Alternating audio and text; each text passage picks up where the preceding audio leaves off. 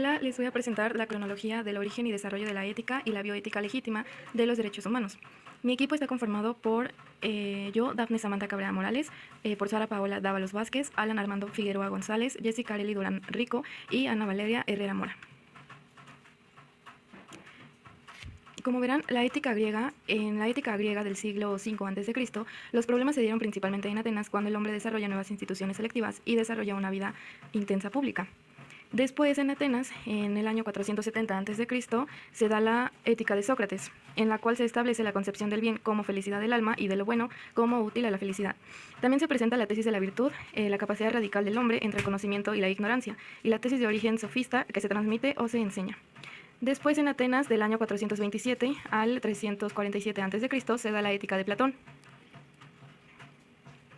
La ética de Platón nos habla sobre la concepción metafísica, el dualismo del mundo sensible y mundo permanente, a la idea del bien, divinidad, artificio del mundo. Existe una estrecha unión entre lo moral y la política, en donde el Estado es el mayor poder y el individuo actúa como subordinado. Después, en Macedonia, en el año 384 al 322 a.C., Aristóteles dice que la vida se da a través de actos constantes, que son hábitos llamadas virtudes. De ahí existe la virtud intelectual, en donde el hombre actúa como un ser racional, y la virtud práctica o ética, donde el ser es irracional. Partiendo de los estoicos y epicúreos, que se relata en el siglo I, II y III a.C., la física es la premisa de la ética. La moral se relaciona con el universo, planteando así el fondo de la necesidad física, natural y del mundo. Eso se da en el mundo antiguo greco-romano. Partiendo de la Edad Media, del siglo V al siglo XV, se da la ética cristiana medieval. Esto nos habla de la moral concreta, efectiva, y la ética se impregna en un contenido religioso que apuntaba a Dios como objeto supremo dentro de la sociedad medieval. Partiendo a la ética moderna en el siglo XV, Kant propone que la conciencia moral se dé a sí misma su propia ley. El hombre es visto como activo, creador y se halla en el centro tanto del conocimiento como de la moral, partiendo de una buena voluntad. Después de ahí siguen varios autores. Entre ellos, Hegel afirmaba que el hombre se integra como un elemento más dentro del desenvolvimiento universal de la razón. Su racionalismo es indiferente a la existencia del individuo. Posteriormente, Kierkegaard propone su racionalismo, irracionalismo absoluto y su individualismo radical. El individuo existe únicamente en su comportamiento plenamente subjetivo. Max Steiner nos habla sobre el egoísmo integral del yo, la negación absoluta de toda instancia o autoridad que pueda sujetar al individuo, religión, sociedad, ley, moral o Estado. Sartre, individualismo radical y liberalismo. Aquí se habla sobre el hombre como una libertad donde nosotros somos absolutamente libres para elegir ser quien queremos. En 1964, el pragmatismo se distingue por su identificación de la verdad con lo útil, como aquello que ayuda a vivir mejor y a convivir. Psicoanálisis y ética. Sigmundo Freud, Adler, Jung, Sullivan y Fromm. Estos son algunos de los autores que nos habla sobre existe una zona en la personalidad del sujeto que no tiene conciencia y es precisamente el inconsciente. En ella se almacenan recuerdos, deseos o impulsos reprimidos. De aquí, Erich Fromm nos destaca los factores sociales, incluyendo la moral y las relaciones del hombre, tanto abiertas y no instintivamente determinadas con el mundo exterior. Por ello, se destaca la ética marxista. Para Marx, el hombre es unidad indisoluble, un ser espiritual y sensible, natural y propiamente humano, teórico y práctico, objetivo y subjetivo, por lo que toda su acción se convierte en praxis. Praxis es el equivalente al ser como productor, transformador y creador. Esto surge a partir del siglo XIX y principios del siglo XX.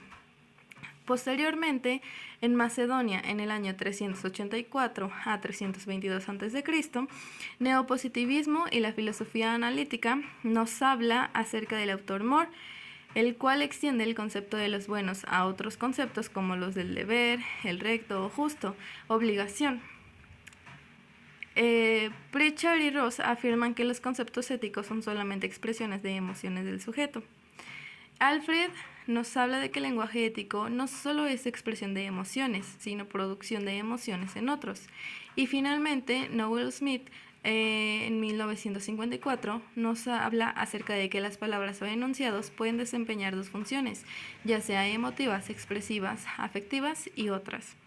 Finalmente, la ética contemporánea tiene autores como Mary Warnock. Ella nos dice que todas las analogías y modelos destinados a iluminar el lenguaje ético tienen el aire de intentos preliminares para despejar el terreno de juego, y nos sentimos así defraudados al comprobar que una vez más es despejado el terreno, y esto parece haber concluido el juego mismo. Hipócrates, el juramento hipocrático. Hipócrates es el padre de la medicina, compone el juramento hipocrático, subraya la importancia de la ética en la práctica médica y ha sido una base para los códigos de conducta profesional en la medicina. Añade Hipócrates que el médico debe adoptar una prestancia digna, manteniendo su persona limpia y sus vestiduras pulcras. Asimismo que debe conservar siempre la calma y hacer que su conducta inspire confianza al paciente. Debe mantener celosa vigilancia sobre sí mismo y decir tan solo aquello que sea absolutamente preciso. Cuando entres en el aposento de un enfermo, cuida de sentarte con decoro, mantener reserva, llevar bien compuesto el vestido, hablar con firmeza y concisión. Mantener la calma, guardar los modales junto a la cama del enfermo y conservar el dominio de sí mismo, evitar toda confusión y estar de pronto de hacer cuanto deba de hacerse. En ocasiones debes incluso prestar tus servicios gratuitamente y si tienes oportunidad de servir a un extranjero que se encuentra en dificultades económicas, préstale plena asistencia. Declaración Ginebra, en 1948 establece principios fundamentales sobre los derechos y el respeto hacia los pacientes. La Declaración de Ginebra de la Asociación Médica Mundial vincula al médico con la fórmula de velar solícitamente y ante todo por la salud de su paciente. Declaración de Helsinki en 1964. Establece los principios éticos para la investigación médica en humanos.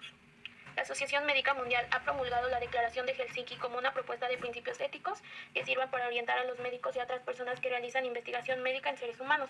El propósito principal de la investigación médica en seres humanos es mejorar los procedimientos preventivos, diagnósticos y terapéuticos y también comprender la etiología y la patología de las enfermedades.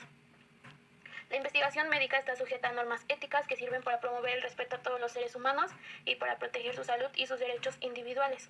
Algunas poblaciones sometidas a la investigación son vulnerables y necesitan protección especial. Se deben reconocer las necesidades particulares de los que tienen desventajas económicas y médicas.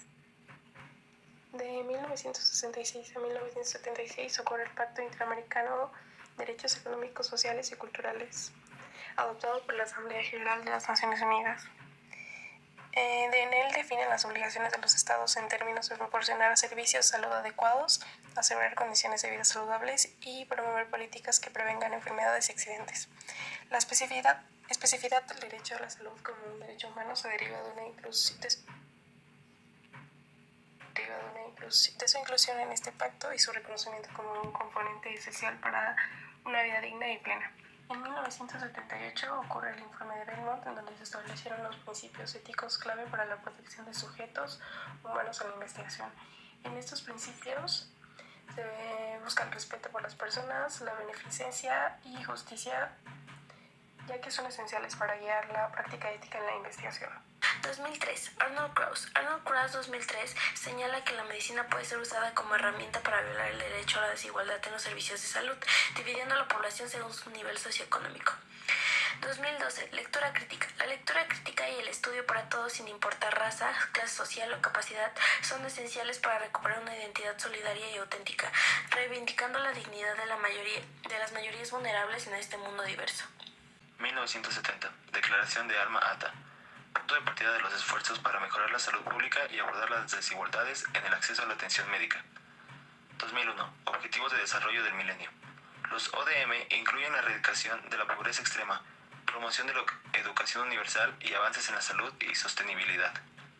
2015. Agenda del Milenio. Objetivos de Desarrollo Sostenible. La Agenda del Milenio hereda y expande los ODM, con metas ambiciosas para el año 2030. Estas incluyen erradicar el hambre y la pobreza, garantizan la educación inclusive y sostenible y luchan contra el cambio climático. 2019. Informe global sobre la nutrición de UNICEF. UNICEF advierte que la malnutrición sigue siendo un desarrollo global. A pesar de los avances en algunos países, muchas naciones de ingresos bajos y medianos, incluida Latinoamérica, enfrentan problemas de desnutrición, obesidad, en estos casos simultáneos. 2020. Impacto de la pandemia del COVID-19. La pandemia COVID-19 exacerba los problemas de seguridad alimentaria, especialmente en regiones vulnerables. La Organización de las Naciones Unidas para la Alimentación y la Agricultura advierte que hasta 132 millones de personas podrían caer en la inseguridad alimentaria. 2021. En actividad del G7 para la seguridad alimentaria global.